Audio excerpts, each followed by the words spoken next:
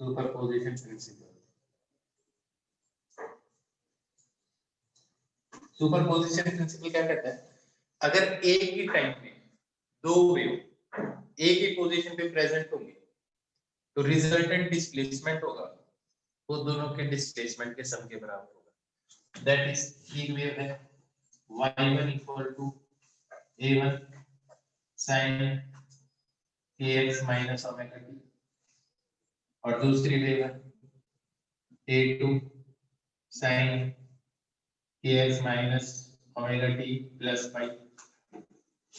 तो क्या बोला, y रिजल्टेंट किसके बराबर आएगा, y1 प्लस y2 के बराबर आएगा। क्या वाली समझ में आएगा, ये कहता है सुपरपोजिशन प्रिंसिपल। ऐसे मान लो 3 वेव है, 4 वेव है, 5 वेव है, उन सबका सम ऐसे ही होता जाएगा। तो क्या करना पड़ेगा, y रिजल्टेंट किसके बराबर आएगा, general formula y1 y2 y3 y8। तो ये रिजल्टेंट डिस्प्लेसमेंट आ जाएगा। क्या लॉजिक समझ में आ गया, क्या लॉजिक समझ में आ गया अच्छी तरह से। अभी जो मैं करवा रहा हूँ ना ये सीधा सीधा आपके इसमें यूज आना है वेव ऑप्टिक्स के अंदर, ठीक है। अब यहीं से है ना मैं वेव ऑप्टिक्स के कॉन्सेप्ट भी साथ में करवाने लग जाऊंगा। ये हुआ वेव ऑप्टिक्स के कॉन्सेप्ट सारे एक साथ चलेंगे, ठीक है। तो सुपरपोजिशन प्रिंसिपल क्या कहते हैं,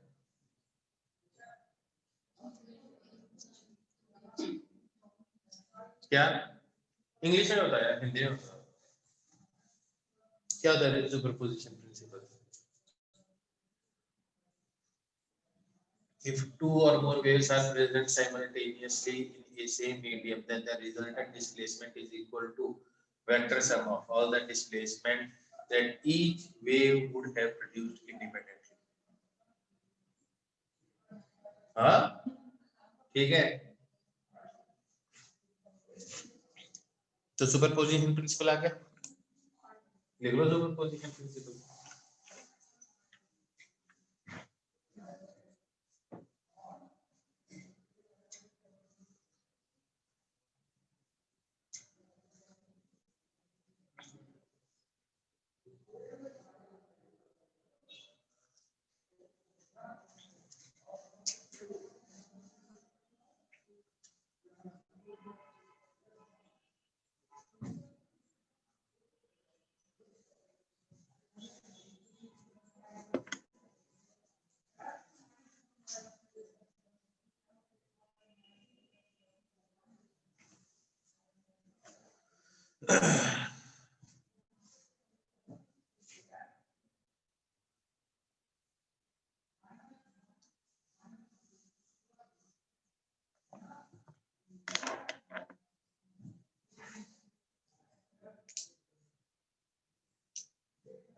समझ में आ गया, समझ में आ गया इस तरह से।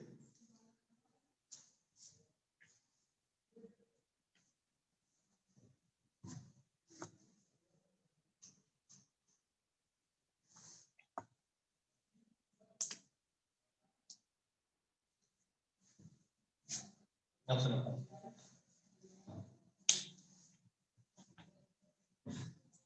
अगर अब आपसे पूछा जाए x is equal to 2 pi और t equal to 2 सेकंड पे डिस्प्लेसमेंट क्या होगा, तो आप क्या करोगे, ये x की वैल्यू इसमें भी पुट कर दोगे और ये t की वैल्यू इसमें भी पुट कर दोगे और फिर इसमें भी पुट कर दोगे और इसमें भी पुट कर दोगे, है ना। इसको सॉल्व करने से y1 की कुछ ना कुछ वैल्यू आएगी, y2 की कुछ ना कुछ वैल्यू आएगी, उन दोनों का क्या कर दोगे, तुम सम कर दोगे, इन दोनों का सम कर दोगे, आंसर आ जाएगा आपका, कोई प्रॉब्लम नहीं, ठीक है। अब होता क्या है, जैसे एक वेव ये, एक वेव ये वेव इधर जा रही है, ये वेव इधर जा रही है, ठीक है। तो थोड़ी देर बाद में सिचुएशन ये होगी,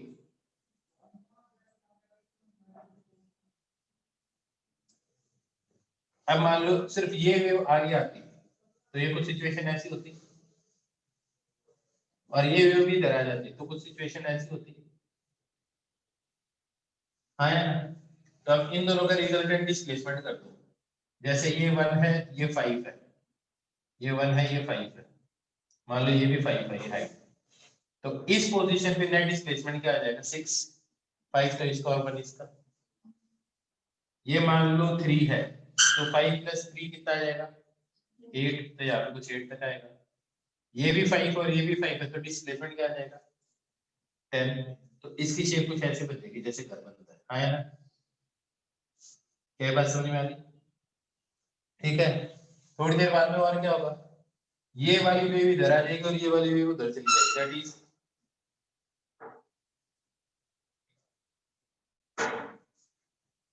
इसका मैं एग्जांपल भी दे सकता हूँ, ये इधर जाएगी अब ये इधर जाएगी, पहले भी इधर जा रही थी इधर जा रही थी, आपको ऐसा नहीं लग रहा कि ये वेव इधर ऐसे जा रही जैसे कि वेव थी नहीं, इसने इसको रोक थोड़ी दिया, जैसे इधर से एक पत्थर पे को इधर से एक पत्थर पे के दोनों के टकरा जाएंगे, तो ऐसा थोड़ी है कि इधर वाला इधर चला जाएगा इधर वाला इधर चला जाएगा, ऐसा नहीं हो सकता क्योंकि पार्टिकल नेचर है, वेव नेचर में ऐसा नहीं होता। जैसे मैं बोल रहा हूँ साथ में तुम भी बोलते हो तो तुम्हारी आवाज मेरे तक पहुंच जाती, मेरी आवाज तुम तक पहुंच जाती, ऐसा थोड़ी होता है मैंने बोला तुमने बोला साइलेंस, होता है कभी ऐसा? तो नहीं होता, तो नहीं होता ऐसा। क्या लॉजिक समझ में आ गया अच्छी तरह से? क्या समझ में आया कि वेव एक दूसरे के मोशन को डिस्टर्ब नहीं करती है, हाँ या ना? दोनों क्या करेंगे, रिजल्टेंट डिस्प्लेसमेंट आ जाएगा उस पॉइंट पे। ये बात समझ में आ गई? ऐसा मैं करके दिखा सकता हूँ, ठीक है? इसको बनाना चाहते हो बना लो, वैसे मैं दिखा दूँ। फोन है तुम्हारे पास? है या नहीं है? फोन वोन तो रखा करो यार, आजकल की दुनिया में तो सब रखते हैं, और वो खुद रखते हैं। कोई बात नहीं, अभी मैं तुम्हें ना एक सिमुलेशन दिखाता हूँ, एक मिनट दो।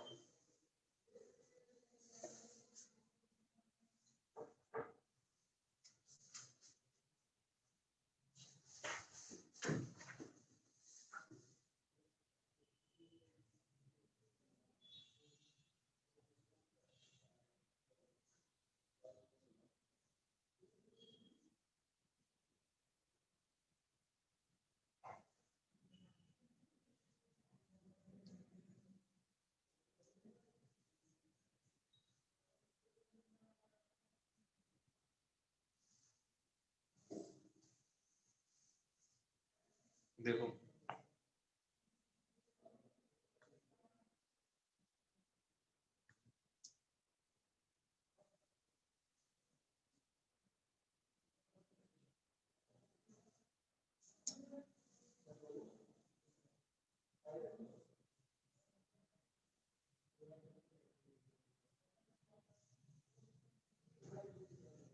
बेटा, तुम भी इधर आ जाओ, है ना?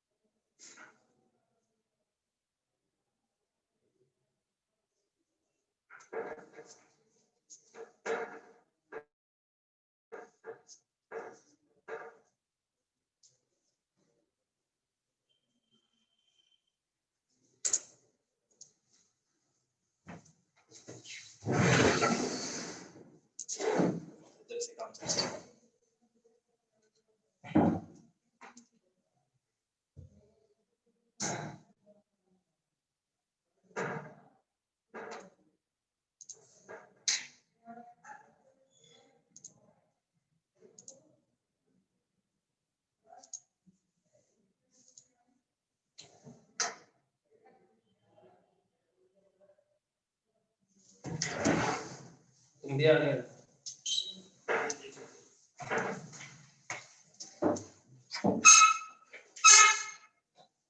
ठीक है।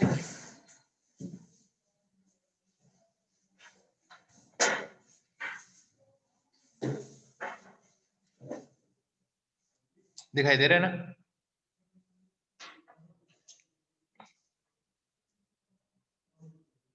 ये सम दिखा रहा है दोनों का, ठीक है। नीचे वाला ये वाला, ठीक है। ऊपर दो वेव बना रहा हूं, देखो ऊपर एक वेव और बन रही है अभी।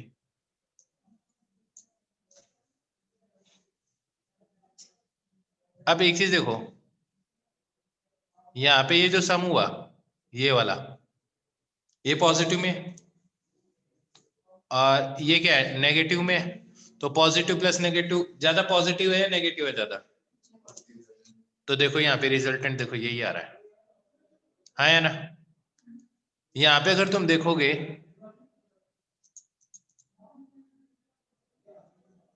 सेम स्केल पे करता हूँ पहले, वरना दिखाई नहीं देगा। अच्छा, ये तो ऐसे ही हो सकता है, ठीक है। अब देखो जहाँ पे दोनों पॉजिटिव पॉजिटिव है ना, ऊपर वाले रेड रेड देखो दोनों पॉजिटिव है, वहां पे ऊपर की तरफ जा रहा है। और जहाँ नेगेटिव नेगेटिव वहां जा क्या कर रहा है, ज्यादा नीचे की तरफ जा रहा है। और जहाँ पे एक पॉजिटिव और दूसरा नेगेटिव है, वहां पे क्या हो रहा है, डिस्प्लेसमेंट, रिजल्टेंट डिस्प्लेसमेंट क्या हो रहा है, कम हो रहा है। नहीं है ना बात समझे? नहीं है ना?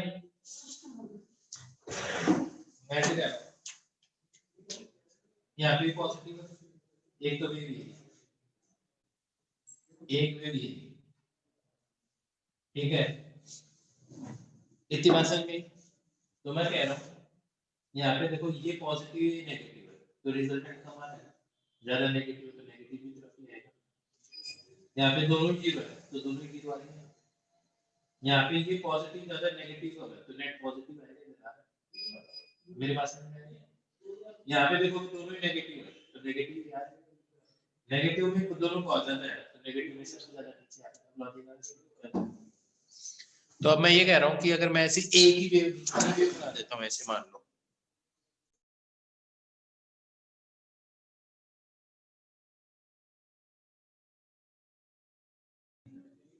हाँ अब देखना, अब मैं कहता हूँ कि अगर मैं एक वेव और बनाता हूँ, अरे माउस से नहीं दिखाई दे रहा मेरे को, इसको नहीं, अब समझ में आ रहा है कुछ? जैसे उल्टा हो गया।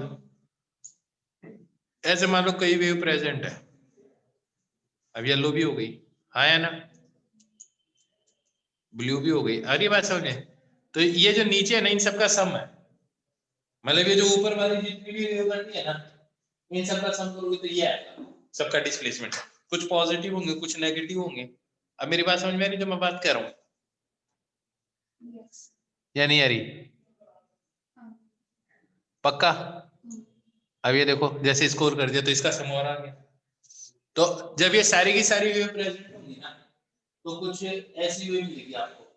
तो आपको एक चीज पता होगी, जब आप बोलते तो आपको ऐसी ही कुछ वेव दिखाई देती है, फ्रीक्वेंसी पैटर्न, हाँ या ना? तुमने देखा होगा जो फ्रीक्वेंसी एनालाइजर वो ऐसी फ्रीक्वेंसी बनाता है, क्योंकि जब आप बोलते हो आप एक ही फ्रीक्वेंसी नहीं है ना, हर शब्द की अलग अलग फ्रीक्वेंसी है, हाँ या ना? मेरी बात समझ में आई है नहीं है? तो एक ही फ्रीक्वेंसी कौन सी होती है, वो तो तुम्हें सुनी होगी, मोनोटोन तो सुना ही होगा। जैसे आप एक ही फ्रीक्वेंसी सुनते हो ट्यूनिंग फॉर्क से, तो एक ही फ्रीक्वेंसी सुनाई देती है। क्या बात समझ में आ गई सबको? ये बात समझ में आ गया। अब देखो मैं तुम्हें चलते हुए वेव का इंटरफेरेंस दिखाता हूँ। ये तो रुकी हुई का हो गया ना, कि ऐसे सम होता है। चलती हुई वेव का इंटरफेरेंस दिखाता हूँ। जब भी एक सॉलिड से बांधी हुई होगी कोई चीज, मतलब लास्ट वाला पॉइंट अगर हिल नहीं सकता है, तो एक चीज समझना, जो वेव टकरा के जब आएगी तो उल्टी होकर आएगी। अब देखो ये रिवर्स होकर आएगी, देखना तुम। है ना, पूछो ऐसा क्या हुआ, तो पूछो तो। इसलिए हो रहा है क्योंकि एक चीज सोचो,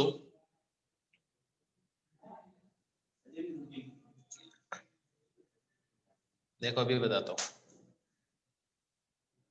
ये ऐसी वेव जो ऐसी जो पल्स बनाई वो कैसे जनरेट होती है। पहले आपने इस रस्सी के इस पॉइंट को किधर खींचा होगा, ऊपर की तरफ। भैया जो ऐसी वेव बन रही है इसको क्या किया होगा, पहले ऊपर की तरफ खींचा होगा और बाद में किधर खींचा होगा, नीचे की तरफ। है, अब तुम देखोगे कि ये जो पॉइंट है ये आगे वाली रस्सी को किधर खींच रहा है, पहले ऊपर की तरफ। और जब ये ऐसी शेप आएगी तो इसका मतलब ये किधर खींच रही है, नीचे की तरफ। ऑब्वियस सी बात है, ये ऐसे ही तो लग रहा है। तो आगे वाला हर पॉइंट कैसे लग रहा है, जैसे पहले ऊपर की तरफ खींचा गया और बाद में किधर खींचा गया, नीचे की तरफ। तो ऐसी पल्स जनरेट हो जाती है। अभी देखना अगर मैं इसका जस्ट उल्टा कर देता हूं,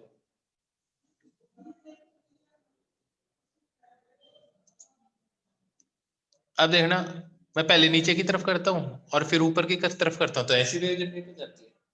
हाँ है ना, मतलब कोई भी आगे पार्टिकल है उसमें पहले नीचे की तरफ फोर्स लगेगा फिर ऊपर की तरफ, तो ऐसी पल्स बन के आगे जाएगी। हाँ है ना। अब सुनो एक चीज, अब मेरे को एक बार बताओ, ये वाला पोर्शन, ये वाला पोर्शन आगे वाली रस्सी को किधर खींच रहा है, ऊपर। अरे यार ऊपर की तरफ खींच रहा है तभी तो ऊपर जाएगा वो पहले। और ये वाला पोर्शन किधर खींचेगा रस्सी को, जो ऊपर गई उसको किधर खींचेगा, नीचे खींचेगा। तो यही तो पैटर्न है, पहले ऊपर की तरफ खींचा फिर नीचे। अब एक बार बताओ, जब ये वाला पोर्शन इस पॉइंट को किधर खींच रहा है, ऊपर की तरफ, तो ये तो ऊपर चला गया। यही वाला पोर्शन मान लो जब यहां पहुंचेगा, पहुंचा रहा हूं मैं इसको, देखना।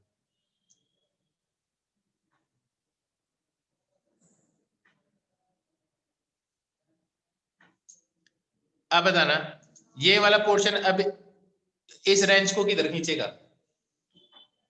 ऊपर की तरफ ही खींचेगा। तो क्या ये रेंज ऊपर जाएगा, नहीं जाएगा। तो अब रेंज ऊपर जा रहा नहीं है, तो इसको ऊपर की तरफ खींचेगा और रेंज ऊपर जा रहा नहीं है, तो रेंज रस्सी को किधर खींचेगा, नीचे की तरफ खींचेगा ना। हाँ है ना? तो रेंच ने इस रस्सी को पहले किधर खींच लिया, नीचे की तरफ। और जब ये वाला पोर्शन आएगा तो ये इसको किधर खींचेगा, ऊपर की तरफ, नीचे की तरफ खींचेगा। तो ये इसको किधर खींचेगा, रस्सी को, एक्शन रिएक्शन पे। तो अब ये क्या करेगा, ये रेंच पहले इस रस्सी को किधर खींचेगा, नीचे की तरफ, और बाद में किधर खींचेगा, इसको ऊपर की तरफ। तो यार रस्सी को पहले नीचे की तरफ खींचा और बाद में ऊपर की तरफ खींचा, तो कैसी वेव जनरेट होनी चाहिए, उल्टी हो जानी चाहिए, नहीं होनी चाहिए। तो तुम देख लो टकराने के बाद में इसलिए उल्टी हो जाती है ऐसे मीडियम से। ये देखो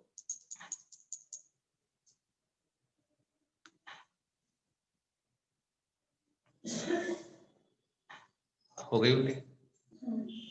हाँ है ना, क्या बात समझ में आ गई। अब एक चीज समझो, अगर ये एंड है ना लूज हो जाए, इसके साथ भी यही होगा, ये वाला पोर्शन इसको पहले की तरफ खींचेगा, नीचे की तरफ खींचेगा इस पॉइंट को। हाँ है ना, तो जब नीचे की तरफ खींचेगा तो अगर पॉइंट फिक्स्ड है तो इसको किधर खींचेगा, फिर ऊपर की तरफ। और बाद में किधर खींचेगा, इसको नीचे की तरफ। तो पल्स उल्टी हो जानी चाहिए। हाँ है ना, इसको हम बोलते हैं कि जो पल्स है वो 180 डिग्री से उसका फेस चेंज हो गया रिफ्लेक्शन के ऊपर। हाँ है ना, बात समझ में आई। डेंसर मीडियम कौन सा होता है, जिसमें स्पीड ज्यादा होती है कम होती है, जिसमें स्पीड कम होती है उसको क्या बोलते हैं, डेंसर मीडियम बोलते हैं। जैसे मेरे को बताओ वाटर डेंसर मीडियम है, रेयर मीडियम है। अब बात यही होती है ना, हम डेंसिटी तो नहीं देख रहे हैं, ठीक है। डेंसर मीडियम का मतलब अगर मैं साउंड की बात करूं तो साउंड की स्पीड पानी में ज्यादा तेज है, एयर में कम है। तो साउंड के लिए वाटर कैसा होगा, रेयर मीडियम होगा, क्योंकि वहां स्पीड ज्यादा है। लेकिन लाइट के लिए डेंसर है। अब मेरी बात समझ में आ रही। अब तो डेंसर मीडियम किसको बोलते हैं, ऐसे तो बता ही नहीं पाओ, किसी ना किसी वेव के रिस्पेक्ट में जिसके अंदर वेव की स्पीड कम होगी उसको क्या बोलेंगे, डेंसर मीडियम बोलेंगे। अब आगे बात, किसी में वेलोसिटी जीरो गई तो वो तो बहुत ही डेंसर है। तो इसके अंदर क्या है, वेव आगे जा ही नहीं रही, तो इसका मतलब आगे वाला कैसा मीडियम है, डेंसर है। हाँ या ना। तो बेटा मैं यही कहना चाहता हूँ, जब भी वेव किससे टकरा के आती है, डेंसर मीडियम से टकरा के रिफ्लेक्ट होती है, हाँ, तो हमेशा 180 डिग्री का फेज चेंज होगा रिफ्लेक्टेड वेव। क्या बात समझ में आया? क्या बात समझ में? तो लिखो ये बात, when wave is reflected from denser medium, when wave is reflected from denser medium,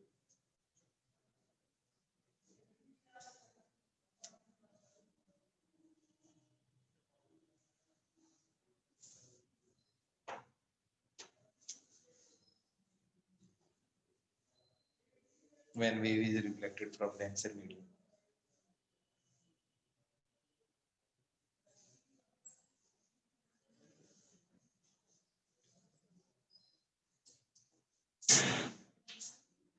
its phase changes by pi,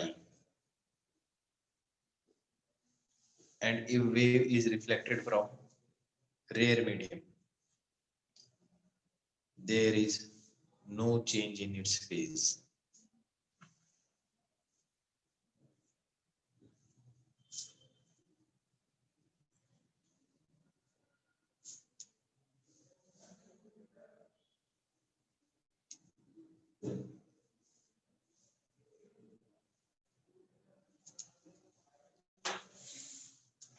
नहीं है मेरी बात समझे? पक्का? ट्रांसमिटेड मीडियम में कभी कोई फेज चेंज नहीं होता, लिख लो ये बात। ट्रांसमिटेड वेव, एक वेव मीडियम से जब वेव दूसरे मीडियम में जाती है, चाहे वो रेयर में जाए या डेंसर में जाए, there is no change in its phase. when wave is transmitted from one medium to another, when wave is transmitted from one medium to another, there is no change in its phase.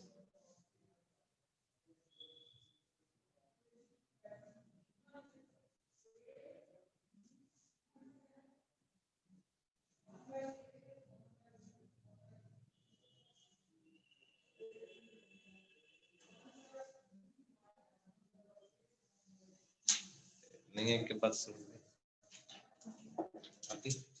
आनी थी। अब देखो, अगर मैं इस point को loose कर देता हूँ, इस पॉइंट को, है ना, इधर है लूज एंड, अब देखना लूज एंड है ना। अब क्या होगा, जैसे ये रस्सी इस पे टकराया के उल्टी होके जाएगा पहले, अब जैसे ही रस्सी जाएगी, तो अगर अब ये पॉइंट इसको खींचेगा तो ये तो नीचे ही आ जाएगा, तो फिर ये वाला एंड इसको क्या करेगा, वापस ऊपर खींचेगा, हाँ या ना। तो जब ये नीचे खींचेगा तो नीचे चला गया, और बाद में ऊपर खींचेगा तो ऊपर चला गया। तो ये जो एंड है, इसने क्या किया, रस्सी को पहले नीचे किया और बाद में ऊपर किया, तो कैसी वेव आएगी, जैसी आ रही है वैसी आएगी, देखना तुम।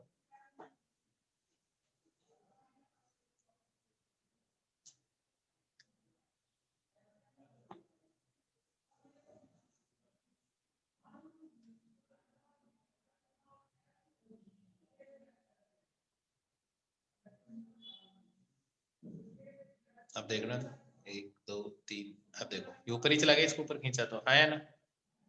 अब वो जो दूसरा पोर्शन आया तो उसको वापस नीचे खींचेगा, ये लो, ऐसे की ऐसी वेव आ गई। क्या लॉजिक समझ में आ गया? पक्का? अब मैं देखो एक वेव और जनरेट कर रहा हूँ, मैं सुपर पोजिशन करके दिखाऊंगा तुम्हें, ठीक है। मैं एक वेव और जनरेट कर रहा हूँ,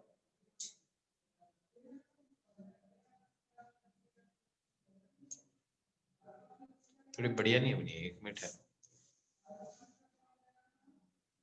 स्लो मोशन में बनानी पड़ेगी इसको,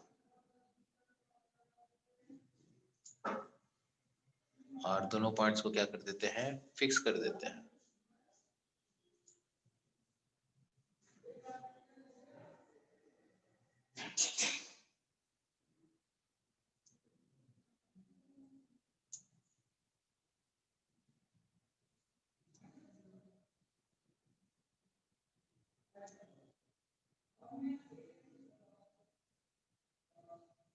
अब ये 2 वेव हो गई है ना, है ना। अभी इनका इंटरफेरेंस हो सकता है क्या, पहले ये बताओ। अभी तो नहीं हो सकता, क्यों, दोनों सेम टाइम पे अलग अलग जगह है भाई, दो चीज का प्रोडक्ट टकराएंगे, जब दोनों चीजें एक ही जगह पे दोनों एक साथ हो, जैसे मैं तुमसे कब मिलूंगा, जिस टाइम पे तुम भी और मैं भी हूँ इसी जगह पे। मैं आ गया मान लो शाम को और तुम आए सुबह, तो आए तो एक जगह लेकिन एक साथ आए नहीं, तो टकराए ही नहीं एक दूसरे से। आया ना, बात समझ में आई है नहीं? एक जगह पे भी तुम आने के बाद में ऊपर वाले फ्लोर में रह गए, मैं रह गया नीचे, आए भी एक टाइम पे लेकिन है ही अलग अलग जगह, तो कैसे इंटरफेरेंस हो सकता है? तो इंटरफेरेंस होने के लिए क्या होना चाहिए? एक्स और टी दोनों का सेम होना चाहिए। हाँ है ना? अभी इन दोनों के बीच में कोई इंटरफेरेंस नहीं है। अभी देखना अभी इनका इंटरफेरेंस होगा।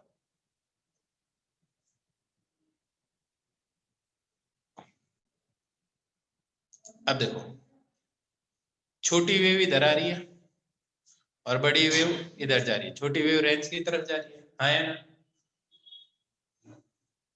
अब स्टेप बाय स्टेप देखना, अभी क्या लग रहा है लॉजिकली इन दोनों का डिस्प्लेसमेंट ऐड होगा तो नेट डिस्प्लेसमेंट बढ़ेगा या घटेगा?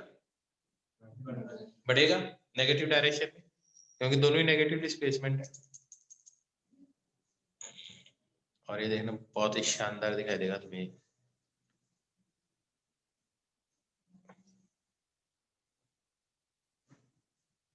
अब इंटरफेरेंस होना शुरू हो जाएगा। ये देखो, ये देखो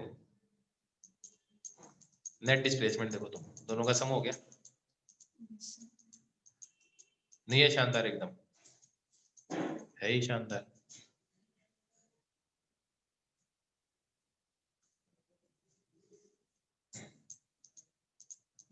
अब ठहरो, मैं दिमाग लगाऊंगा इसमें, एक इसको लूज एंड कर दूंगा। अब देखना तुम, एक बार तो हो गया इंटरफेरेंस जब सेम डायरेक्शन में है ना, और अब देखना इंटरफेरेंस, इसको लूज कर दिया तो ऐसे की ऐसी आ जाएगी और ये टकरा के उल्टी चेंज होके आएगी। हाँ है ना?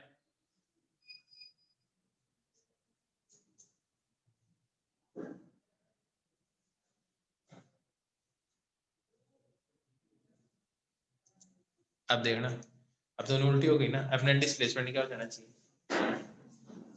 कम हो जाना चाहिए ना, देख लेना तो ऐसे ही देखने को मिलेगा।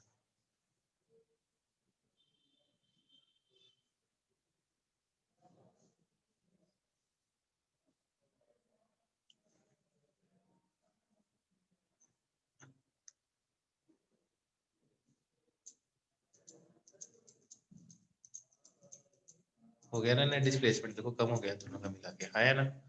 हो गया ना कम पहले से? इसको बोलते हैं डिस्ट्रक्टिव इंटरफेरेंस। हाँ है ना? जब वो एक दूसरे को सप्लीमेंट करते हैं उसको क्या बोलते हैं? Constructive interference. हाँ है ना? क्या बात समझ में आ गई?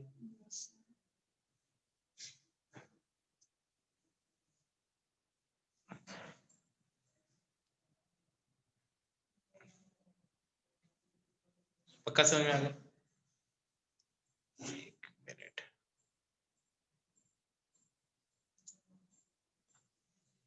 एक एक बार है ना थोड़ी बढ़िया वे बनाता हूँ।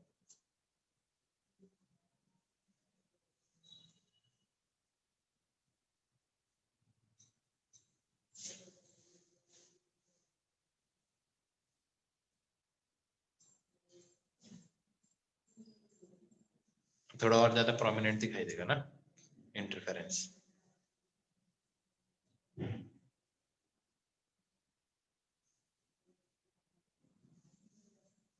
अब होगा देखना इंटरफेरेंस दोनों का। ये देखो रस्सी लगभग लगभग सीधी हो जाएगी। हाँ है ना? क्या लॉजिक समझ में आ गया?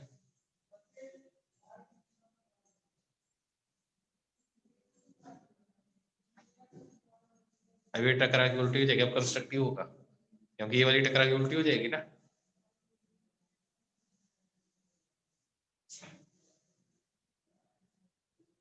ये देखो, हाँ है ना? पहले बताओ यहाँ तक समझ में आ गया तुम्हें? ये समझ में आ गया? और इसके साथ साथ में अगर तुम एक दो वेव और बना दो तो भी कोई दिक्कत नहीं है। ये देखो अब तुम, अब जब भी ये तीनों वेव एक साथ प्रेजेंट होंगे, ऐसा बना भी सकता हूँ। एक मिनट ठहरो, रिस्टार्ट करता हूँ। एक वेव ऐसे बना भी सकते हैं।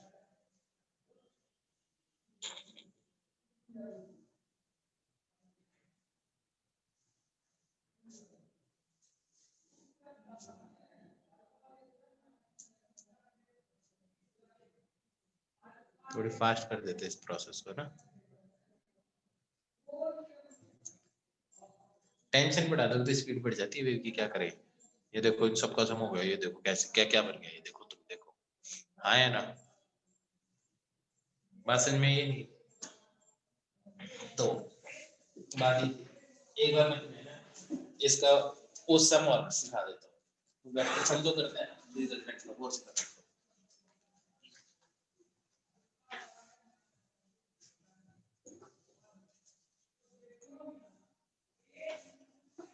कितना बढ़िया बनाया, कितना सस्ता है, फ्री। ये यूनिवर्सिटी ऑफ कोलोराडो वालों ने बनाए हैं ये सिमुलेशंस।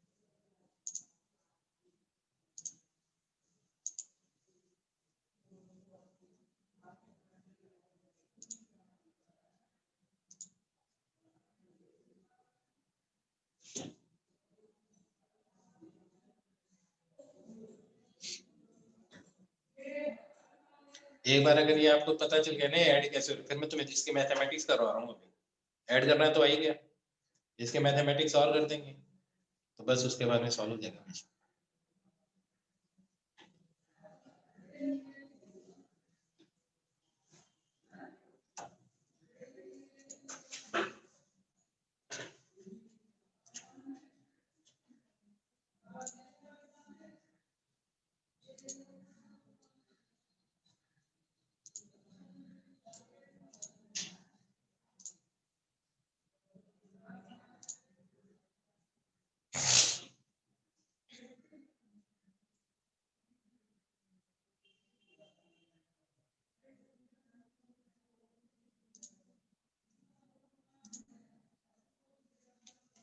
इसको देखो,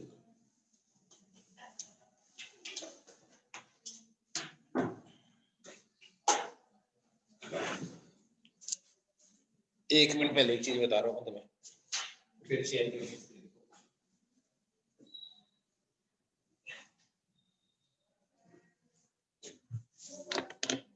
जैसे एक वेव ये,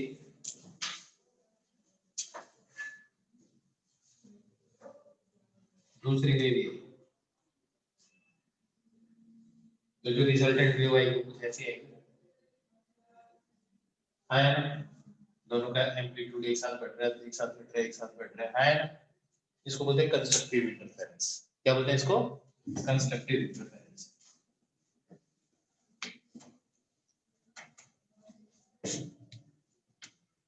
एक वेव ये, दूसरी वेव ये, इसमें क्या होगा, ये जितना पॉजिटिव में लग रहा है उतना ये नेगेटिव में लग रहा है, तो ये कुछ ऐसी बन जाएगी, हाँ है ना। इसका एम्पलीट्यूड थोड़ा सा ज्यादा कर दोगे तो ये कुछ ऐसे बन जाएगी, आई बात समझ। इसका एम्पलीट्यूड थोड़ा ज्यादा कर दोगे तो ये कुछ ऐसे बन जाएगी, हाँ है ना। क्या लॉजिक समझ में आ गया तुम्हें? जब ये उल्टे होते हैं एक दूसरे से, क्रेस्ट ट्रफ के ऊपर सुपर इंपोज करते हैं और ट्रफ क्रेस्ट के ऊपर, तो उसको क्या बोलते हैं? डिस्ट्रक्टिव इंटरफेरेंस बोलते हैं। क्या बोलते हैं? डिस्ट्रक्टिव इंटरफेरेंस बोलते हैं। आई बात समझ। अब एक छोटी सी चीज देखना,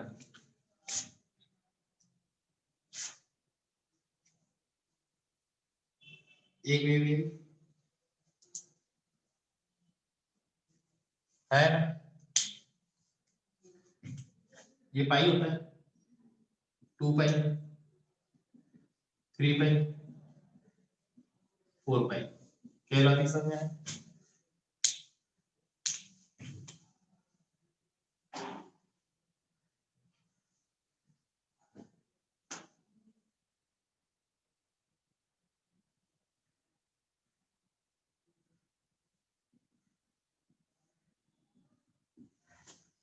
अब देखना,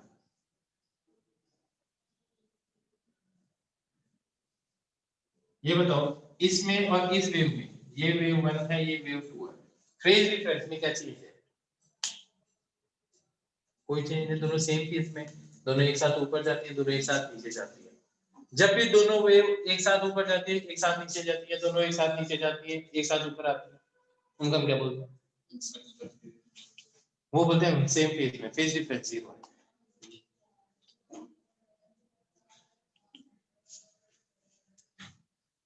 देखो, तो मैं ये कहना चाहता हूँ, आपकी इक्वेशन है ना y equal to y1 equal to a1 into sin kx minus omega t plus omega t, और दूसरी इक्वेशन क्या है, y2 equal to a2 sin kx minus omega t plus y, यही है ना?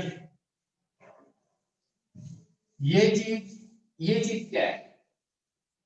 यही एंगल सॉल्व होगी तो यही है का pi 2 pi pi by 3 by 2 4 pi by 2, ये क्या आएगा? ये भी कुछ ऐसे ही एंगल है। अगर मैं कहता हूं दोनों वेव में ये चीज सेम है, तो सिर्फ डिफरेंस इस चीज का है, पाई का। तो पाई क्या चीज है? फेज डिफरेंस है, आया ना? जैसे ये वैल्यू भी पाई है, ये वैल्यू भी पाई है, लेकिन ये वैल्यू पाई बाय 2 है। अब मेरे को बता सकते हो दोनों में फेज डिफरेंस कितना है? पाई बाय 2 का, इसको इसीलिए इसको फेज डिफरेंस बोलते हैं, आया ना? ये वैल्यू 4 है, ये वैल्यू 4 है, अब बताओ फेज डिफरेंस क्या है? पाई बाय 2 का ही है। तो जो दोनों के बीच का डिफरेंस है वही क्या चीज है? फेज डिफरेंस है, आया ना? तो आप इसमें से इसको माइनस कर दो, फाई तो आएगा हमेशा, तो फाई क्या आ गया? फेज डिफरेंस आ गया। ये अगर दोनों वेव ऐसी हैं तो इसका मतलब फेज डिफरेंस क्या है दोनों का? जीरो है। अब बताना, अगर मैं एक और वेव बनाता हूं, अब बताना फेज डिफरेंस कितना आएगा? ये मतलब फेज डिफरेंस अगर जीरो होगा, फेज डिफरेंस जीरो होगा, तो कैसा इंटरफेरेंस होगा? कंस्ट्रक्टिव या डिस्ट्रक्टिव? क्रस्ट के ऊपर क्रस्ट, ट्रफ के ऊपर ट्रफ, क्रस्ट के, तो इसको क्या बोलते हैं? कंस्ट्रक्टिव। अब जरा देख,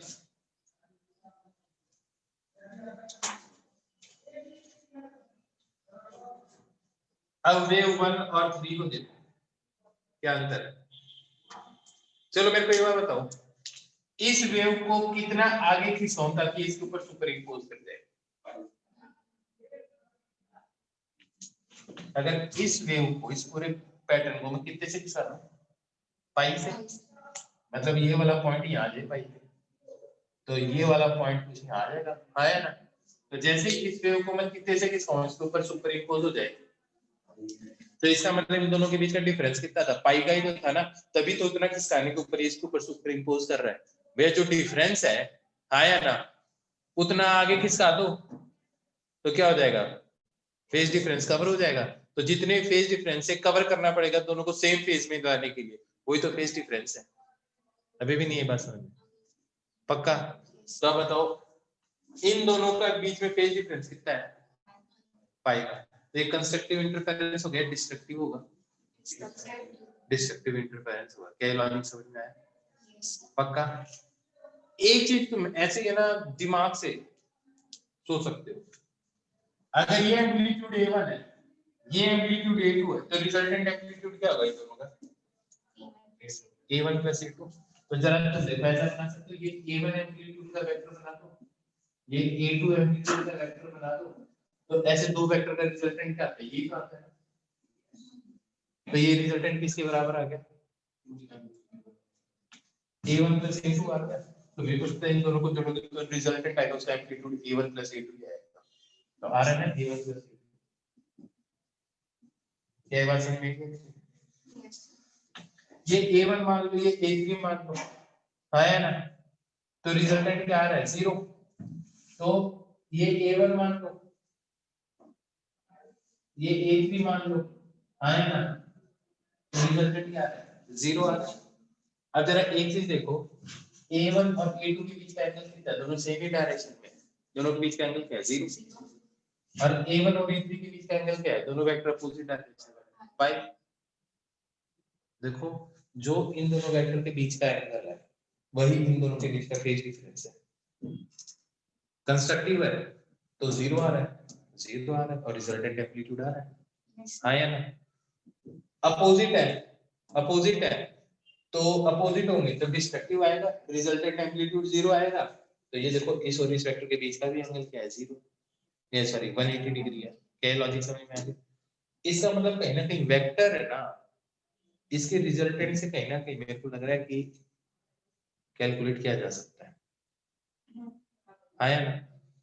तो सिंपल बात है, आप जब भी 2 या 3 या 4 का सम करो, आप सिंपल क्या मान लो, a1 vector, a2 vector, a3 vector, a4 vector जो जो बनाने वो बना दो और उनका क्या कर दो, वेक्टर सम कर दो।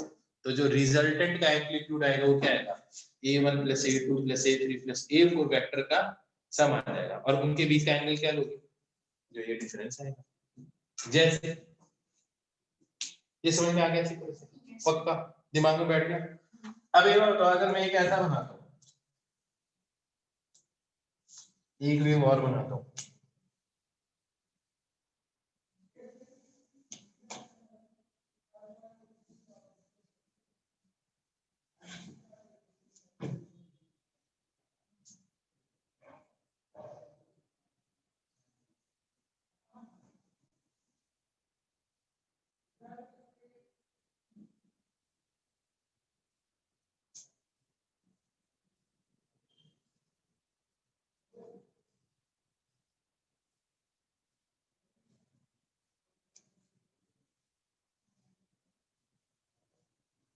ये फोर्थ है, इसमें और इसमें कितना अंतर है,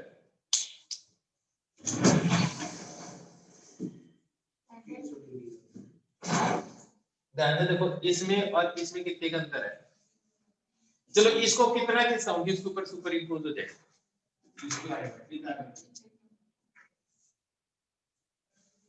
अगर पीछे देखो ये पीछे से बढ़ रहा है, अब तो इसको आगे कितना खिसकाऊं कि ये इसके ऊपर सुपर इंपोज हो जाए, पाई बाय 2 से, हाँ है ना? इसका मतलब इसमें और इसके बीच में कितने का फेज डिफरेंस है, पाई बाय 2 का। अब तुम ध्यान से देखो, ये a1 आ गया, ये a2 आ गया, और दोनों के बीच का एंगल क्या है, 90 डिग्री है, फेज डिफरेंस है पाई बाय 2। ये ले लो तुम दोनों के बीच का एंगल, वैसे तो ये आएगा पाई बाय 2 पर एक की बात है, तो रिजल्टेंट क्या आएगा, ये आ जाएगा। तो रिजल्टेंट किसके पास, a1 प्लस a2 का स्क्वायर करके अंडर रूट कर दो, क्योंकि पाइथागोरस थ्योरम आ जाता है, तो ये रिजल्टेंट आ गया, है ना? तो एक चीज मैं कह सकता हूँ इतने सारे कॉन्सेप्ट से, वो ये कह सकता हूँ,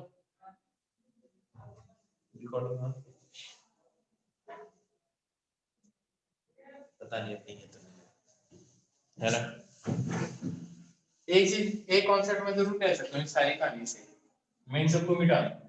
अगर वेव तुम्हें बना के दे दे तब तो तुम आराम से सीधा बता ही दोगे कि क्या रिजल्टेंट आएगा, देख के दोनों का सम कर दो, विजुअलाइज करके तो करना ही क्या है तुम्हें, वरना क्या तरीका है, y1 equal to a1 sin kx minus omega t, y2 a2 sin kx minus omega t plus phi1 y2 y3 a3 sin kx minus omega t plus phi3, क्या लिख दिया, phi2 लिख दिया, ठीक है? रिजल्टेंट निकालना है, ये a1 वेक्टर बना दो, a2 बनाओगे, a2 और a1 के बीच का एंगल क्या होना चाहिए, देखो इन दोनों के बीच का डिफरेंस क्या है,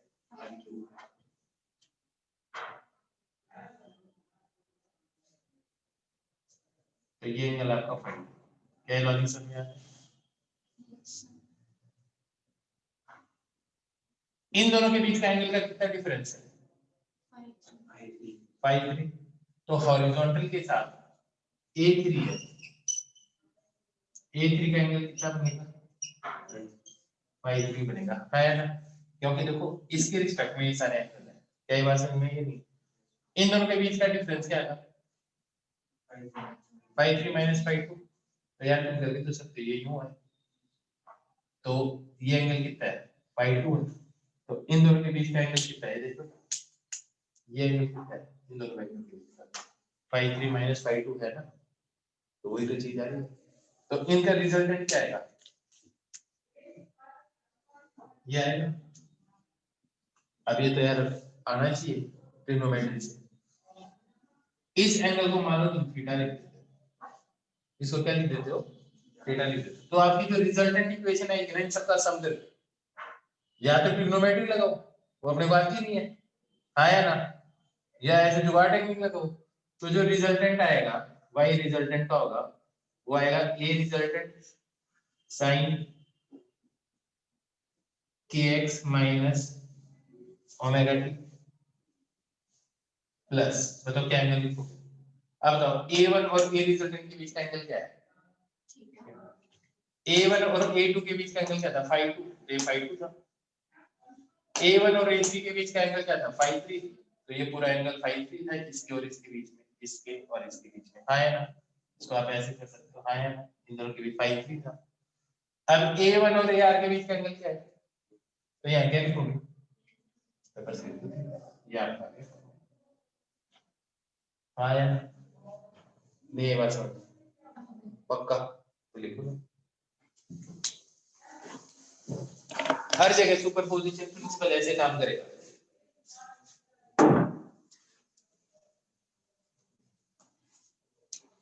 इस पे एक्सरसाइज कर लेता हूं,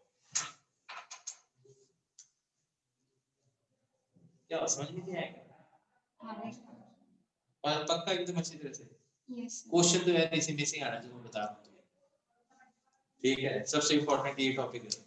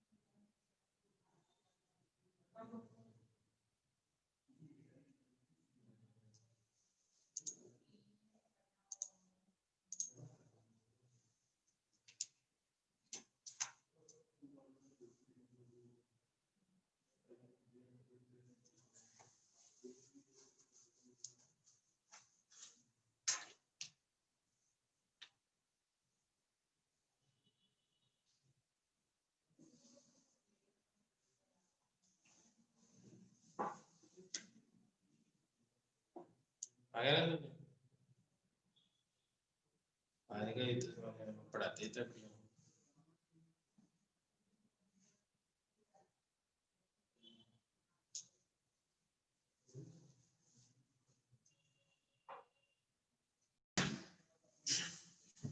एक उधर डिस्ट्रक्टिव इंटरफेरेंस एक होता है कंस्ट्रक्टिव इंटरफेरेंस। डिस्ट्रक्टिव इंटरफेरेंस में फेज डिफरेंस क्या है, फेज डिफरेंस किसके बराबर है,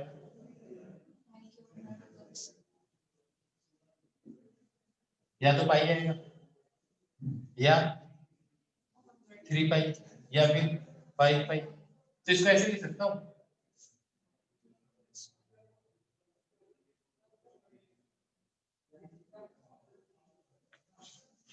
n की वैल्यू पुट करो 0, मजा नहीं आया, चलो 1 से पुट करेंगे, n की वैल्यू पुट करो 1, n की वैल्यू 2, 3, तो बस हो रहा है डिस्ट्रक्टिव। यहाँ पे फेज डिफरेंस क्या होगा?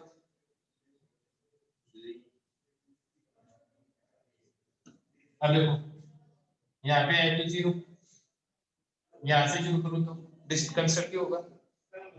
डिफरेंस कितना है?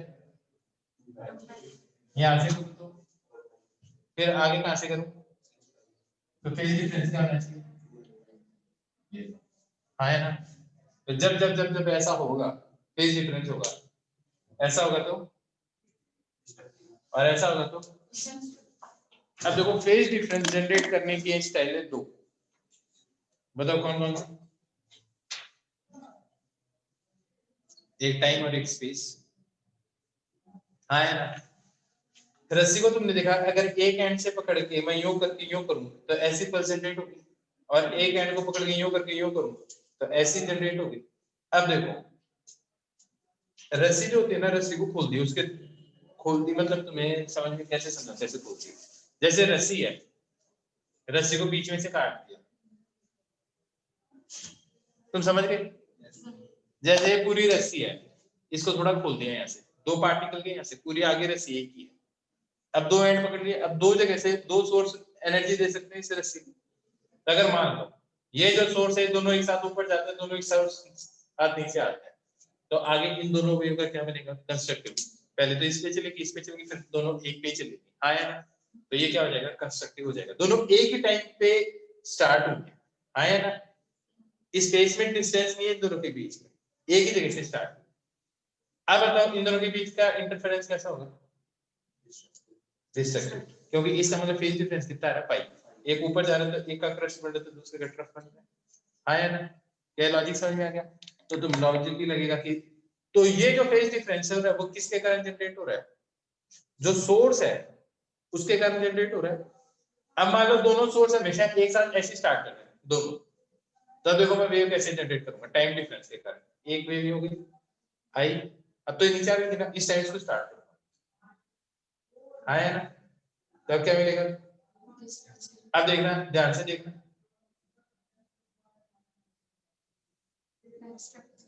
तो दोनों के बीच में टाइम डिफरेंस कितना आया?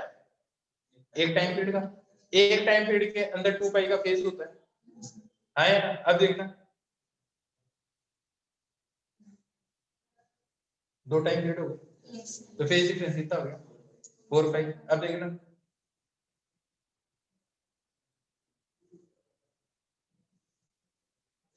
6 पाई, तो कंस्ट्रक्टिव दिखाई दे रहा है।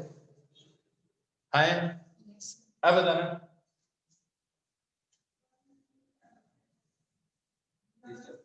तो टाइम पीरियड का कितना अंतर है? t/2। तो मैं एक सिंपल चीज कहूं, t टाइम का मतलब होता है 2 पाई, तो यूनिट टाइम में कितने का फेज डिफरेंस होगा? 2 पाई/t। तो किसी भी t टाइम में फेज डिफरेंस कितना होगा? भाई यूनिट टाइम में कितना होगा, तो किसी भी t टाइम में कितना होगा? अगर t की वैल्यू पुट कर दो एक एक टाइम पीरियड, तो 2 पाई आ गया लॉजिकली। t को पुट कर दो 2 टाइम पीरियड, तो कितना आ जाएगा? 4 पाई। t को पुट कर दो 3 टाइम पीरियड, 6 पाई। यही तो आ रहा है। हाँ है ना? अब जरा देखो,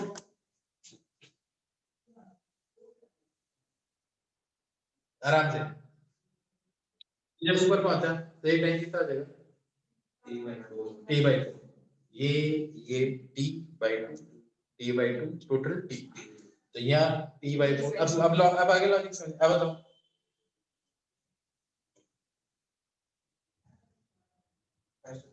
t/4, तो यहाँ पे पुट करो ना, t/4 पुट कर दोगे तो क्या आ जाएगा? pi/2 आ जाएगा। हाँ है ना? क्या आ जाएगा? pi/2 आ जाएगा। क्या लॉजिक समझ में आ गया? तो टाइम डिफरेंस के कारण तुम्हें पता चल गया फेज डिफरेंस कैसे जनरेट होता है। तो अगर मान लो आपका टाइम डिफरेंस है t/2 का, t/6 का, तो बताओ फेज डिफरेंस कितना आ जाएगा? pi/3। हाँ है ना? रिजल्टेंट एम्पलीट्यूड तो निकालना आता है। एक तो आ गया ये a1, pi/3 का मतलब कितना एंगल होता है? 60 डिग्री। ये आ गया a2 and this angle should be equal to 60 degree, और फिर ये रिजल्टेंट का है। टाइम का डिफरेंस आ गया मान लो t/12, दैट इज 30 डिग्री। तो ये A1 ले लो, ये A2 ले लो, और ये एंगल कितना आ जाएगा 30 डिग्री। तो ये रिजल्टेंट निकाल दिया किसने बना दिया। अभी भी ये बात समझ। तो कभी भी टाइम डिफरेंस पता चले दो सोर्सेज के बीच में तो फेज डिफरेंस आ जाएगा। yes. और ये रिजल्टेंट का फॉर्मूला क्या होता है अगर ये एंगल थीटा है या फाई, चलो ये एंगल फाई है, रिजल्टेंट पता तुम्हें इसका वेक्टर का क्या था a1 का स्क्वायर प्लस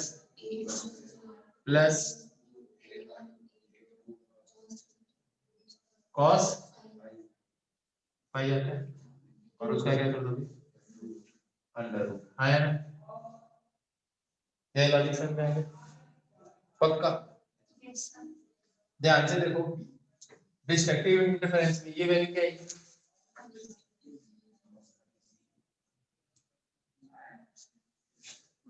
cos पाई, cos 0 की वैल्यू क्या होती है 1 और cos पाई की cos 2 पाई की 1 और cos 3 पाई की cos 5 पाई की cos 6 पाई की 1। अरे यार अभी तो आना चाहिए तुम्हें। हाँ आप पर आता नहीं। तो जैसे तुम इसके अंदर ये वैल्यू पुट करोगे दैट इज पाई 3 पाई 5 पाई, ये वैल्यू क्या आएगी सॉल्व होगी माइनस होते ही माइनस आ जाएगा। तो ये क्या आ जाएगा a1 का स्क्वायर प्लस a2 का square minus 2a1 into a2 का अंडर रूट। ये चीज क्या चीज है a1 माइनस a2 का स्क्वायर, तो ये क्या आ जाएगा a1 माइनस a2 का स्क्वायर और उसका क्या कर दोगे अंडर रूट। तो a रिजल्टेंट किसके बराबर आ जाएगा बेटा a1 माइनस a2। बोलो नहीं है बात सर यार वैसे भी तो कोई यार आया। और कंस्ट्रक्टिव इंटरफेरेंस में क्या होना चाहिए वो तो तुम्हें पता ही है, या तो टाइम डिफरेंस का t या 2t या 3t या 4t। t पुट करो 2 पाई, 2t पुट करो 4 पाई, 3t पुट करो 6 पाई। बिल्कुल सेम लॉजिक आ रहा है हाँ यार। तो इसके अंदर तुम यहाँ पे ये वैल्यू क्या आ जाएगी 1, यहाँ आगे बात करो ये वैल्यू तब इस इक्वेशन में पुट करो क्या आ जाएगा 1। तो यहाँ पे क्या आ जाएगा y रिजल्टेंट किसके बराबर है यहाँ पे प्लस आ जाएगा।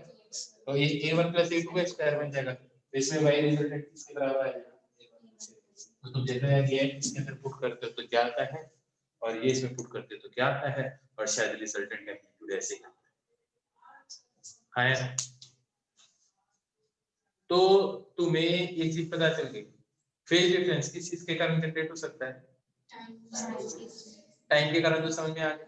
अब हमें किसके कारण समझना है तो पहले टाइम के कारण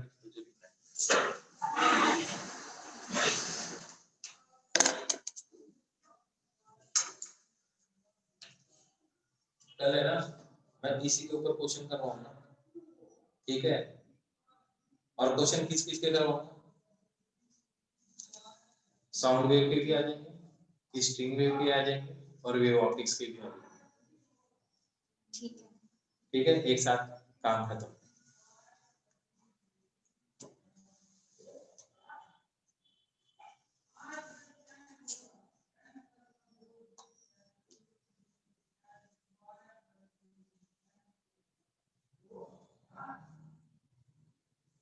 समय कितना हो गया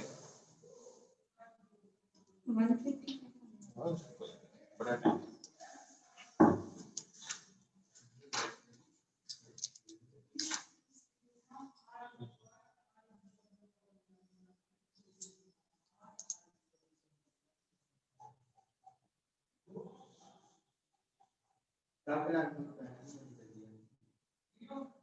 हाँ यार एकदम नया ही लिया नहीं जानी चाहिए ना। ये पता क्या जाती है पूछ क्या जाती है ये इसलिए जाती है